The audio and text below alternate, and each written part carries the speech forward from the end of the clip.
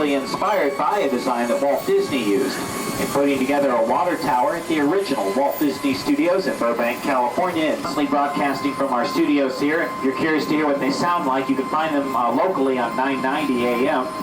And then on Soundstage 1, they've been working on a new television series. It's called Sheena. It's based on the comic book Sheena, Queen of the Jungle. It stars Gina Lee Nolan. She used to be on Baywatch. That show can now be seen in syndication. And then at one of our back over that, the bodies are made out of fiberglass. The propellers are made out of wood. Small hydraulic motors were used to keep the propellers spinning during different scenes in the film where it had to appear as if the planes were flying. 16 of these planes were actually built. The Second Sense, Child Star, the Shirley Temple Story, Disney's The Kid, and Unbreakable. We have a talented team of 250 designers, seamstresses, and tailors.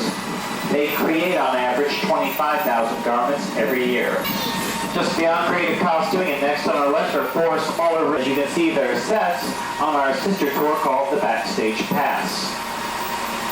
On the right is a room where they paint backdrops and murals, and also coming up on the right are props from George of the Jungle and a silver exit. Our tunnel on the left here is our scenic shop where our craftsmen can create and maintain the sets that you'll see on the sound stages and around the backlot.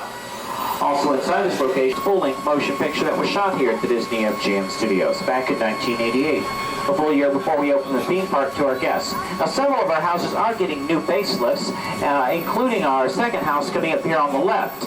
It's a single-story, beige Hawaiian-style house that was once the home to TV's Emmy Award-winning Golden Girls. Now, these houses are used for exterior filming only, so we filmed the exteriors here in Florida, but the actresses were inside on a soundstage in California. The Golden Girls had some wacky next-door neighbors named the Westons, but on called Empty Nest, and starred Richard Mulligan, Dynaman off it, Bear the Dog as Dreyfus. One of the reasons why production companies prefer to film here on Residential Street is because here they can control our own backlot. In fact, the next area that we'll visit is coming up just ahead of us and on our right. It's an area that we call the Boneyards. This cattle truck and the miniature Humvee next to it were used in the motion picture Mighty Joe Young. The airplane was once a part of our own Indiana Jones Epic Stunt Spectacular, and the military vehicles that were surrounding it, including this tank and truck, come from Indiana Jones and the Last Crusade, starring Harrison Ford and Sean Connery. From the movie Indiana Jones and the Temple of Doom, we have 2 brown mining cars. And then coming up is a series of 5 vehicles used in the film Who Framed Roger Rabbit, starting with Judge Doom's menacing Toontown Ditmobile. And then that's followed by an orange trolley car, but this trolley car is a modified bus. At the base, we put fiberglass covers over the tires.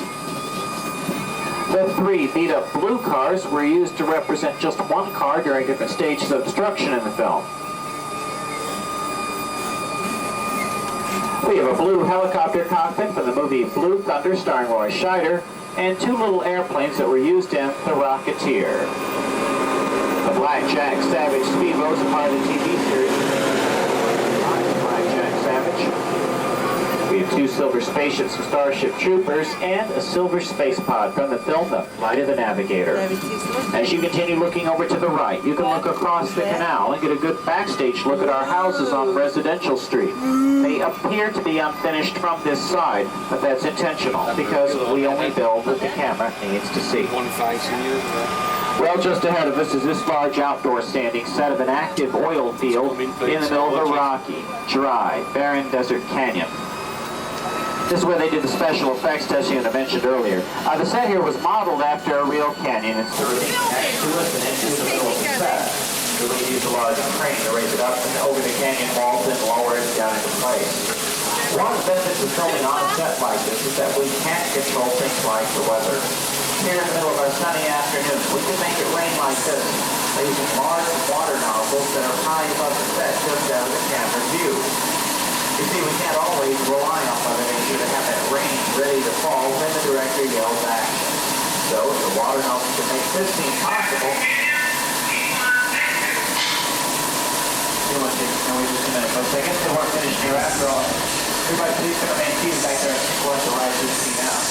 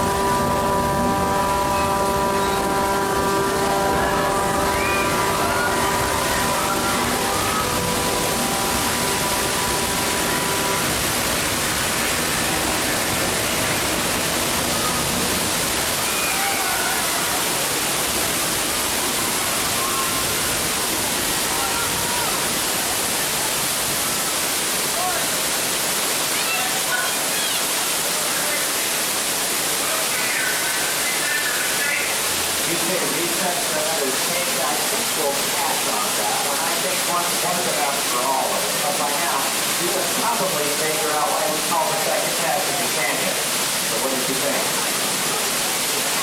All right. Well, it looks like we've got our green lights on there too, so we are all clear. Terry's going to take us around that. We'll tell you a little more about how we put our set together.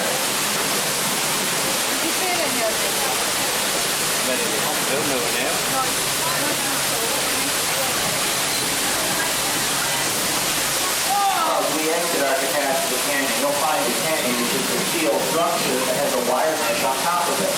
The wire mesh is stretched and sketched made out of cement. Just enough time for our next shuttle of a guest tour. To scout out locations for the future Walt Disney World Resort. Well, here we are in sunny Central Florida. These are just empty shells or facades. But with our Florida weather in mind, they can withstand hurricane force winds of up to 100 miles an hour. If you take a look through the Washington Square Arch here on the right, at the far end of the street is our New York skyline. That skyline is made up of two-dimensional flats, and they're called forced perspectives. But to a camera at this end of the street, they appear to be real buildings. For instance, the Empire State Building in New York City is over 100 stories tall, but ours is closer to 4. Right now, though, it does look like Terry is bringing us to the final stop on our tour. This will be the American Film Institute Studio Showcase. Here you'll see an exhibit that we've opened called Driving the Story. It features vehicles, models, and props that were used to bring transportation to life. And as what we'll be doing is asking